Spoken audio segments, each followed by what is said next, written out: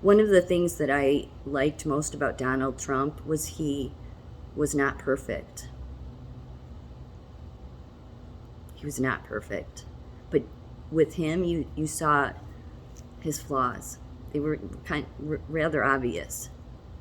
But he also was not a narcissist like the media used to say. People easily could look at him and think because he was cocky that he was a narcissist. There's no narcissist could have taken the hits he did every day for 4 years. Horrible, horrible hits. The biggest weakness for narcissists is criticism. They can't handle it. They need to constantly be praised. Constantly. And they will run, hide if they're not. They can't handle it. And he not only handled it, he handled it better than anybody could, even people that are not narcissistic. Like most people would have just been like crushed. I mean, that tells you that he has a strong character. But it doesn't mean he's perfect. He wasn't. I don't even think he'd say he's perfect. I think he'd say that he worked hard, though, for what he achieved in life.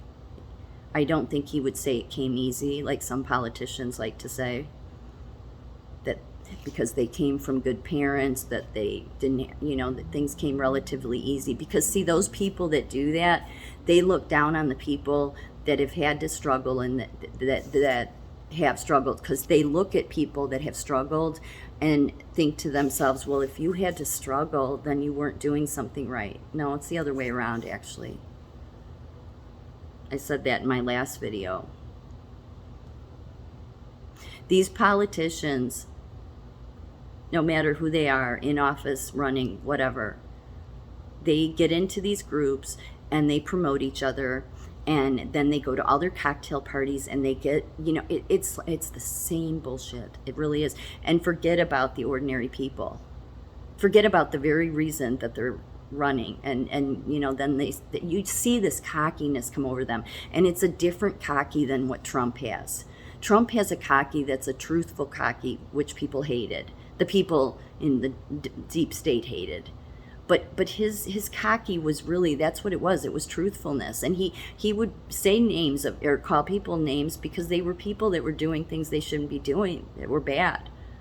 And they were hypocrites. I mean, hypocrites, God. I mean, that word's mentioned so much in the Bible about hypocrites. And you see so many politicians, they're hypocrites.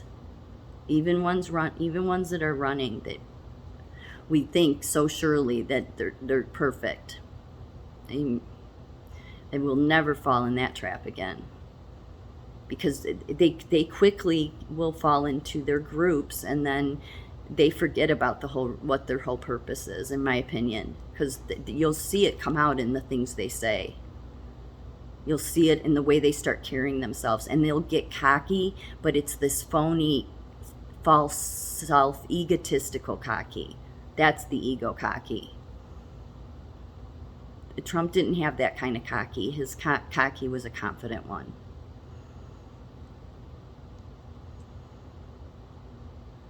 You really just have to go back to the people that wrote the Bible, the 12 apostles, the disciples. They were all broken people. They were all big sinners. They were people that didn't really go to church regularly. They were struggling. They were suffering. And Jesus didn't go to the politicians to do anything. He didn't go to the church. He went to them. He went to the broken. He went to the people that, as I said in my last video, others saw as low life, because he knew that's where he was most needed, and he wasn't too good to wash their feet. He knew those would be the people that would go on to struggle, but they would carry out his teachings, and they did, and they wrote the greatest book ever. Might be a good idea for any politicians in office or running to remember that. Nobody is better than anybody else, and I don't think even Trump would think that.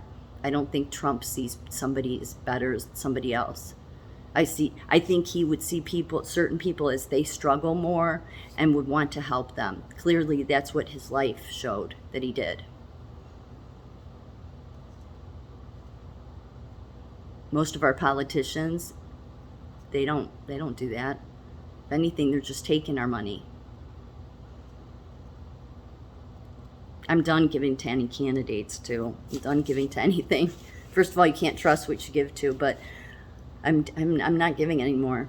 I'm just not. I don't like this road I see with it's the whole like getting into the group think again, and I don't like that. It just reiterates to me more and more why Jesus hated politics. I mean, I think he did. He didn't want anything to do with it. He knew it was the biggest trap of all that man falls into, and then it'll eat him alive. And it'll eat them alive even long before they get elected. You'll start seeing this kind of change. I don't know. Some of them anyway. But it shouldn't be such a money game to run, right? Because I don't know. My feeling is that if Jesus was able to look at what many of our politicians would see as low lives, the 12 disciples, as the same as him, as if Jesus was able to do that, then those are probably the best people of all that should be running. They can't do it. They live paycheck to paycheck. They don't have the money and their little status that man wants. Man vets some of these people. Man. The same men that do these rituals, okay, you don't need all the rituals. You just need to be humble before God. Just because you do your rituals doesn't make it, that's not what makes the connection with God stronger. It's realizing every day that you can't do it without him. I'm sorry, it's because of the struggles. Like I said in my other video, those are the people I trust more, is the people that have fallen so hard, maybe over and over again, but they keep trying. A quote I love: a saint is a sinner who keeps on trying.